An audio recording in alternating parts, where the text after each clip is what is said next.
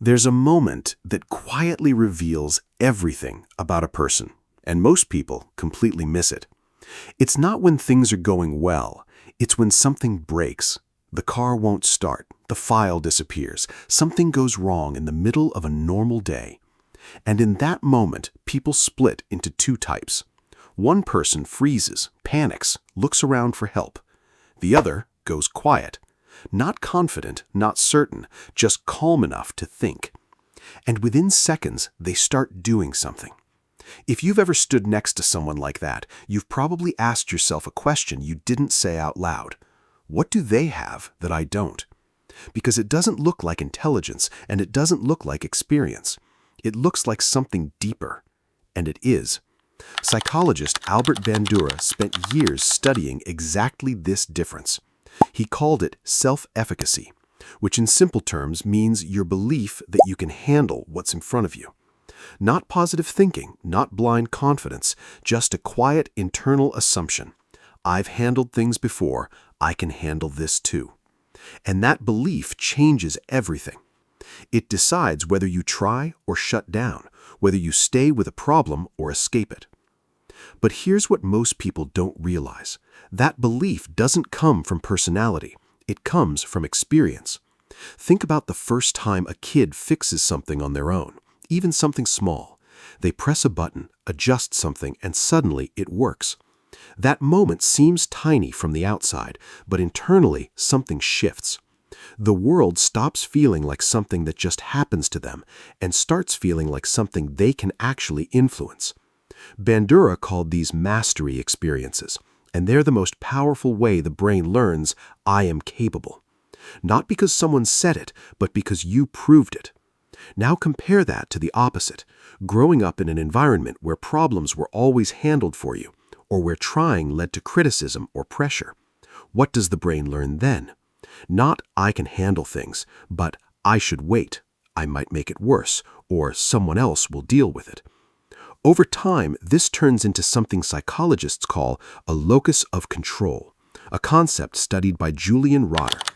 Some people develop an internal locus, where they believe their actions matter, while others develop an external one, where outcomes feel tied to luck, timing, or other people. And that belief quietly shapes how you respond to every problem in your life.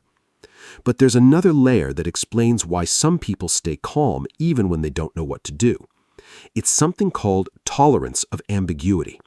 Most people struggle with this. They need answers fast, reassurance immediately. And when they don't get it, their brain treats uncertainty like danger. So they freeze, avoid, delay, or hand the problem to someone else. But the fixer type feels the same uncertainty. The difference is they don't treat it like a threat. They treat it like a starting point. They can sit in that uncomfortable space of not knowing and still move forward. And that ability changes everything. Now here's the part most people don't say. Not everyone who fixes everything is doing it from strength. Some people learn to solve problems because they had no choice, because being helpless wasn't safe, because their value came from being useful. And that turns problem solving into pressure, not curiosity. But then there's another type, the one worth becoming. The person who isn't trying to prove anything. They're just curious. They see a problem, and instead of feeling threatened, they get interested. They want to understand it, break it down, figure it out, not because they have to, but because they enjoy turning confusion into clarity. And once you understand that shift, everything changes. Because the goal is no longer to always know what to do, it becomes being willing to figure it out. And that is something you can build. Not with big dramatic changes, but small ones.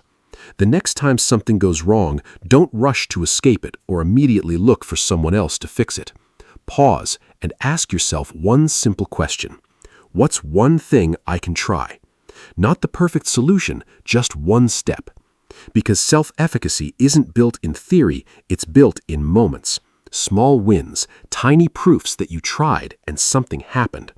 And those moments stack until one day you become the person who doesn't panic, not because life got easier, but because you got stronger at facing it.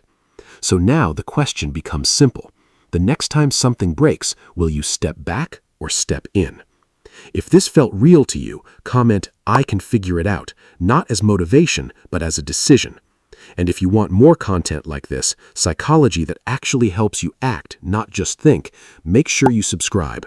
Because understanding your mind is powerful, but learning how to use it is what actually changes your life.